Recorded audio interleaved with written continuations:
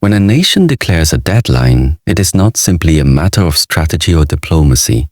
It is an expression of deep-seated intent, built upon a foundation of frustration, history, and the weight of unhealed wounds. Iran's decision to give the United States a deadline represents more than an ultimatum. It is a culmination of ignored voices, broken agreements, assassinated leaders, economic suffocation, and a persistent shadow cast by foreign interference. This deadline is not created in isolation. It is born from years of watching sovereignty be questioned, borders be threatened, and dignity be challenged. Just like in martial arts, when a warrior trains in silence, breathes in discipline, and moves with restraint, there eventually comes a point where the energy within can no longer be contained. That energy must be released not out of rage, but necessity. Iran has reached such a point, and its deadline is that release. But behind this act is not just strategy, it is pain speaking through pressure. In the ancient practice of stillness, a practitioner is taught that the moment before movement holds the most power. It is in the stillness that one can observe the enemy, observe oneself, and make a conscious choice. The choice to act or the choice to refrain. But when stillness is bypassed, when emotions rush forward, and when pride overrides wisdom, action becomes reaction. That is what this moment has become, a reaction to years of unresolved tension. Iran is no longer interested in sitting quiet. The United States, from Iran's perspective, has long imposed itself through sanctions, covert operations, and regional influence that feels more like control than cooperation. So Iran has decided to make its voice impossible to ignore. The deadline is not simply a countdown to war, it is an announcement of limits. Limits that have been tested too many times. The essence of war lies not in the weapons that are used, but in the decisions that precede them. When a nation is cornered, when its voice is drowned in the global narrative, and when every attempt at being heard results in more punishment, it no longer seeks understanding, it seeks power. And power, when not guided by wisdom, becomes destructive. The inevitable war being spoken of now is not the desire of the people. It is the result of choices made by those who have stopped listening. Iran, through this deadline, is saying enough.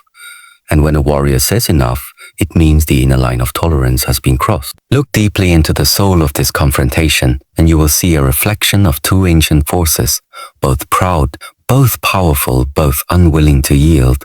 The mistake is to think one is entirely right and the other entirely wrong. Conflict does not grow from a single seed. It grows from a field that has been neglected, allowed to become dry and brittle, vulnerable to the smallest spark. That field has now caught fire. The deadline is that spark. Iran, in its boldness, is not just provoking the United States. It is asserting that its patience has reached its final breath. But here lies the danger. When both sides believe they are defenders, there is no room left for retreat. Only collision remains. But a true martial path teaches that victory without violence is the highest form of skill. It is not difficult to destroy. The challenge is to preserve without submission. In this moment, as the world watches two giants prepare for confrontation, we must recognize that what is truly being tested is not military capability, it is collective wisdom. Will these nations respond like impulsive fighters in the street, quick to draw weapons and strike without thought? Or will they respond like trained masters who know that the moment before the fight is when the greatest mastery is shown? The threat of direct war between Iran and the United States has become not just possible, but likely because the space for mutual understanding has been abandoned. Diplomacy has become theater, where words are hollow and gestures are made for the cameras, not for resolution. The deadline speaks volumes. It declares that Iran believes time is no longer on its side, and that unless action is taken, action that is loud, direct, and undeniable, it will continue to be sidelined. But the tragedy is that such a mindset makes war self-fulfilling. Because once the line is drawn, pride demands that it be enforced. Imagine a warrior in meditation, sitting beneath a tree. He hears the wind, feels the earth, senses the shift of energy in the environment. He does not respond to every movement, he observes, he calculates, he breathes. Iran is no longer meditating, it is standing, it is speaking with its sword. But even now the sword has not yet been swung. The deadline approaches, and with it an opportunity, however faint, for the wind to change. But this requires humility from both sides. The humility to say we may be strong, but strength without foresight is weakness. The truth is, war always begins long before the first missile is fired. It begins in the heart. In the moment when compassion is replaced by control, when listening is replaced by suspicion, and when history is no longer a guide but a weapon, Iran's deadline is rooted in a long history of grievances, many of which have never been truly addressed. And America, with its own fears and interests, sees only the danger, not the depth. But if one side only sees threat and the other only sees oppression, the bridge collapses. In times of tension, what is needed is not more soldiers, but more silence. Not silence of suppression, but silence of reflection. The kind of silence that allows space for a different question to emerge. Not a how do we respond with force, but to why have we come to this point? In the Shaolin path, when faced with an adversary, you are taught to understand his root, not just his weapon. What does he fear? What does he protect? What has been taken from him that he now seeks to reclaim? These are the questions that create peace, not retaliation. And so, the world watches this deadline ticking like a silent drum. It hears the noise of media, the threats of generals, the predictions of analysts. But underneath that noise is a rhythm of pain, pride, and pressure. That is the rhythm of this coming war, but it is not unchangeable. Because even now, before the first strike, the breath of peace still lingers. It waits for someone to exhale, to pause, to bow not in defeat, but in recognition that destruction is not power. Control over self is. The inevitability of war is a myth created by those who have forgotten the power of stillness. This deadline is not the end, it is the edge, and from this edge the choice remains to fall or to rise with wisdom. In the heart of every looming war, there lies not only the strategy of generals and the tension of governments, but the silent weight of fear, pride, and unspoken desperation. Iran's deadline to the United States is not merely a geopolitical maneuver. It is a signal that the final layers of restraint are being shed. This is not just the crossing of a line drawn on a map.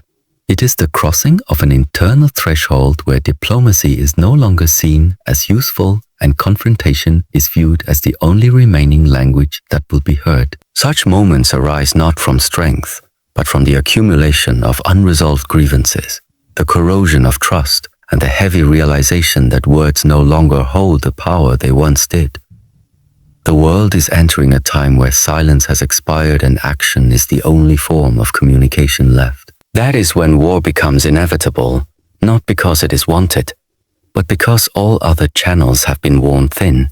When individuals or nations feel cornered, they respond not necessarily with logic, but with instinct. And the most dangerous instinct is the one that arises when identity feels threatened. Iran sees itself not just as a nation with military capability, but as the bearer of a cultural, historical, and spiritual identity that has been humiliated and overshadowed for generations. This identity, when tested, becomes the most potent fuel for defiance. And it is in defiance that nations become willing to embrace the unimaginable.